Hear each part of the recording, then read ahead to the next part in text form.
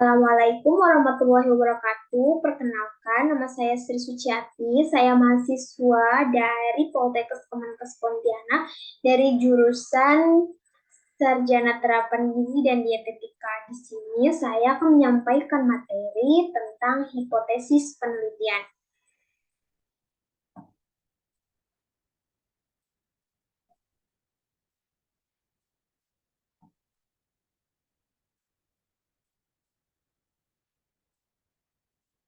Baik, saya akan mulai penyampaian materinya mengenai hipotesis penelitian.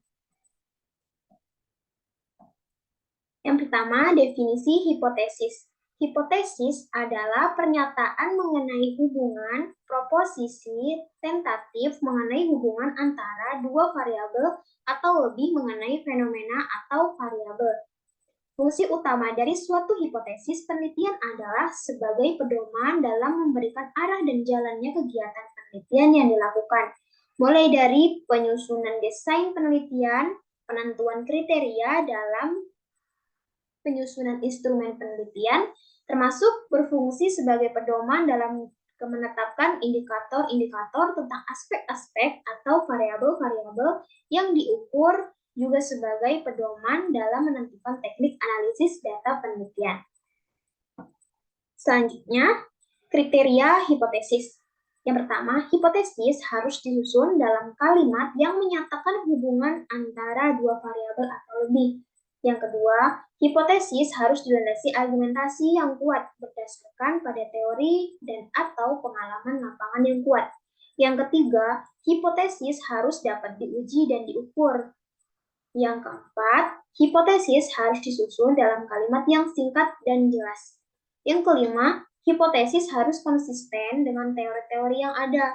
Yang keenam, hipotesis harus disusun sedemikian rupa sehingga eksplanasi yang dikemukakan memiliki argumentasi yang jelas dan dapat dipertanggungjawabkan secara nalar dan atau rasional.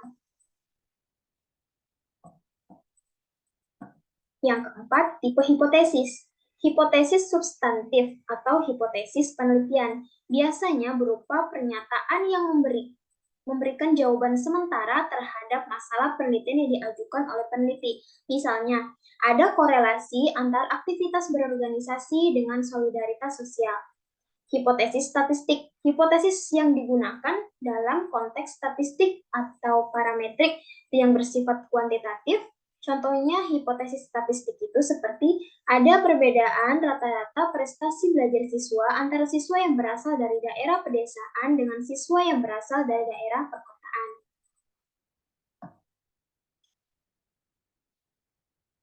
Hipotesis statistik. Hipotesis nol yang dinyatakan dalam bentuk tidak ada perbedaan atau tidak ada korelasi.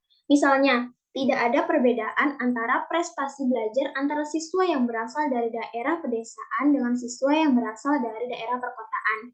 Hipotesis alternatif merupakan hipotesis yang menggambarkan tentang hasil akhir dari kesimpulan penelitian yang diharapkan sesuai dengan rancangan penelitian. Contohnya, ada korelasi antara keaktifan berorganisasi dengan solidaritas sosial.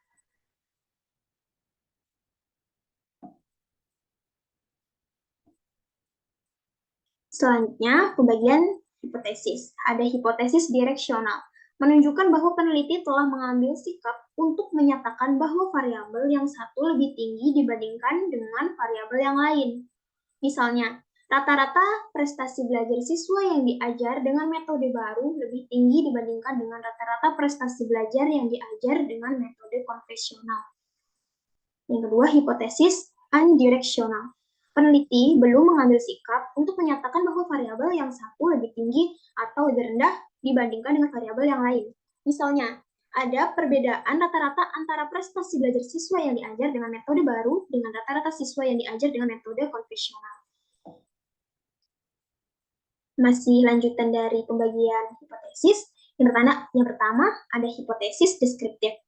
Contohnya seperti pelayanan rumah sakit Enggel Waras tidak memuaskan, kinerja keuangan bank CBA baik, semangat kerja karyawan PT Yasinta tinggi. Itu contoh dari hipotesis deskriptif.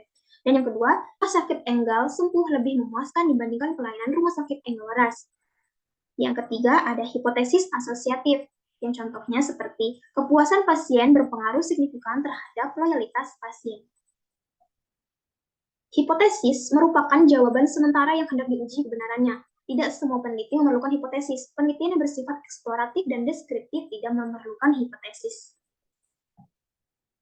Ada beberapa manfaat dari hipotesis. Yang pertama, menjelaskan masalah penelitian, menjelaskan variabel-variabel yang akan diuji, pedoman untuk memilih metode analisis data, selanjutnya dasar untuk membuat kesimpulan penelitian.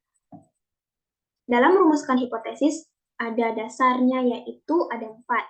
Yang pertama, berdasarkan pada teori. Yang kedua, berdasarkan penelitian terdahulu. Yang ketiga, berdasarkan penelitian pendahuluan. Yang keempat, berdasarkan akal sehat peneliti. Konsep dasar perumusan hipotesis yang pertama itu sumber masalah, seperti kehidupan sehari-hari yang teoritis. Teori, penelitian terdahulu, penelitian pendahuluan akal sehat. Perumusan hipotesis, instrumen penelitian variabel, data, pengujian hipotesis, serta kesimpulan dan implikasi. Ciri-ciri hipotesis yang baik. Yang pertama dinyatakan dalam kalimat yang tegas, seperti upaya memiliki pengaruh yang berarti terhadap produktivitas karyawan. Itu jelas. Upah memiliki pengaruh yang berarti terhadap produktivitas karyawan. Upah memiliki pengaruh yang kurang berarti terhadap produktivitas karyawan, tidak jelas. Yang kedua, dapat diuji secara alamiah, seperti upah memiliki pengaruh yang berarti terhadap produktivitas karyawan, itu dapat diuji. Yang kedua, contohnya, batu yang belum pernah terlihat oleh mata manusia dapat berkembang biak. Pada hipotesis ini tidak dapat dibuktikan karena kita tidak dapat menunjukkan data tentang batu yang belum terlihat manusia. Dan dasar yang ketiga, dasar dalam merumuskan pengaruh negatif terhadap permintaan. Memiliki dasar kuat yaitu teori permintaan dan penawaran. Contohnya lain, uang saku memiliki pengaruh yang signifikan terhadap jam belajar mahasiswa, tidak memiliki dasar yang kuat. Demikian materi yang dapat saya sampaikan mengenai hipotesis, kurang lebihnya saya mohon maaf. Wassalamualaikum warahmatullahi wabarakatuh.